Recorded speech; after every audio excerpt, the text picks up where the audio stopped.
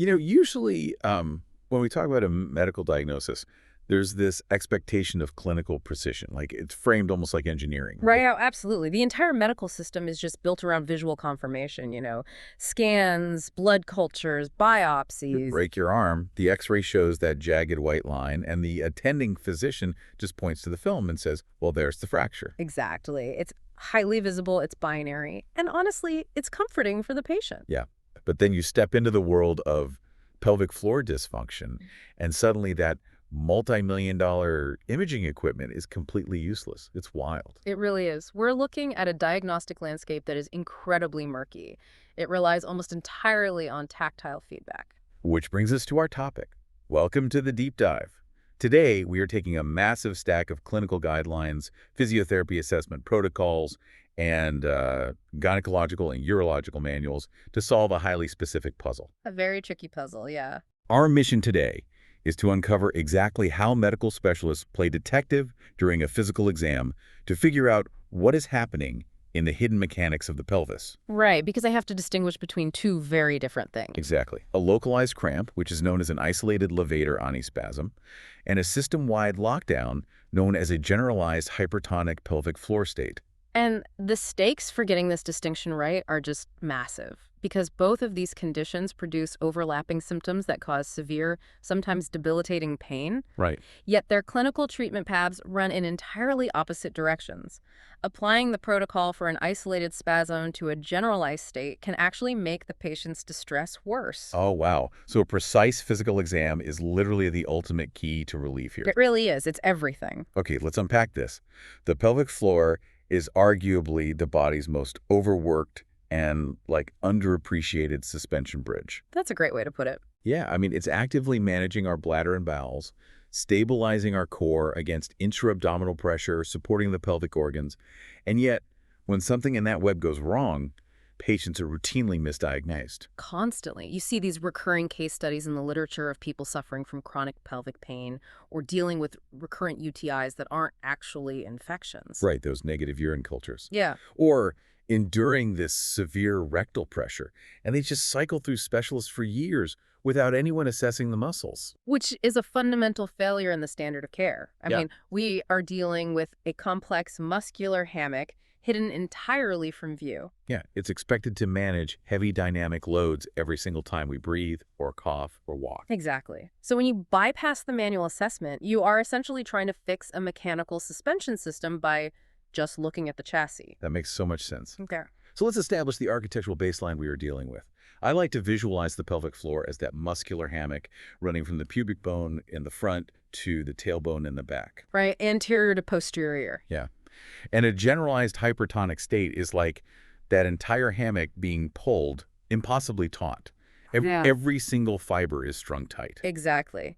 Whereas an isolated levator anispasm, which is often called levator ani syndrome or LAS, is more like having a single massive painful knot in just one of the main support ropes. While the rest of the netting remains relatively functional. Right.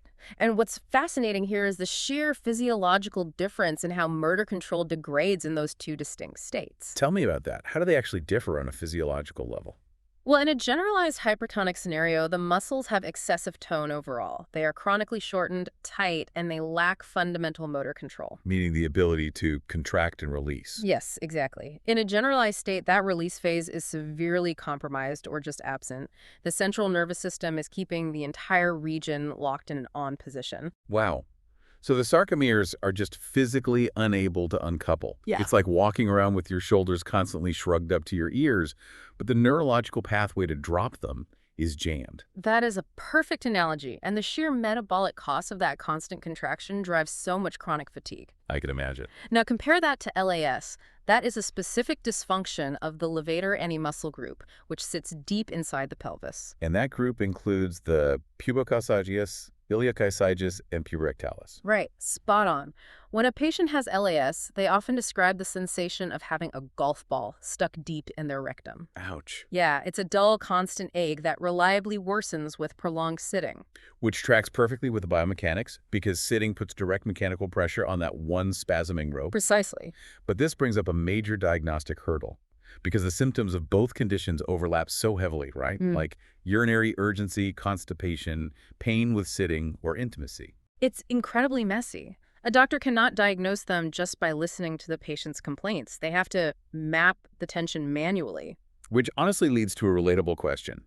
If a patient is already in extreme pain and their muscles are in a spasm, isn't a physical exam going to be excruciating? It's a very valid fear. How do doctors actually navigate this without causing a massive flare-up? Well, the examiner's approach has to be meticulously graded.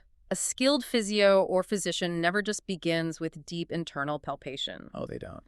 No, the diagnostic progression starts entirely externally. They look for a protective posture, like a chronic posterior pelvic tilt. Ah, so they're reading the body's subconscious adaptations before they even make physical contact. Exactly. A posterior tilt alters the resting tension on the pelvic floor. It's the body bracing against chronic pain. Makes sense. What happens next? Then, they observe the perineum externally while asking the patient to perform a Valsalva maneuver, which is basically bearing down. Like trying to have a bowel movement.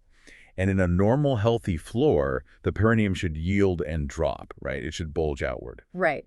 But in a hypertonic state, the visual feedback is radically different. There is minimal to zero descent. Wow. Sometimes they even witness a paradoxical contraction. Wait, what does that mean? The nervous system is so dysregulated that the muscles aggressively squeeze upward instead of releasing downward. It's an involuntary panic response. That sounds awful. So after they see that, how do they move internally? Only after gathering that external baseline do they transition to a vaginal or rectal internal exam. The patient is usually in a hook-lying or left lateral decubitus position for comfort. And the sources are very specific here. It's just a single lubricated gloved finger, no aggressive probing. Correct.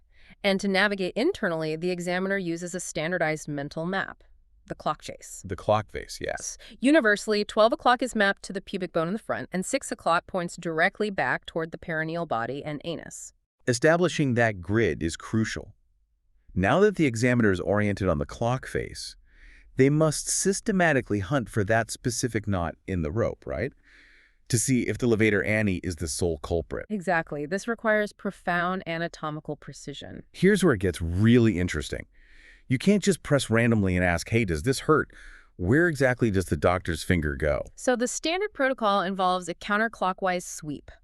To find the levator ani vaginally, they press outward and downward from 1 to 5 o'clock on the left side. Okay, 1 to 5 on the left. And then they mirror that on the right side, sweeping from 7 to 11 o'clock. Because the muscle essentially forms a U-shaped sling. And what if they're doing a rectal approach?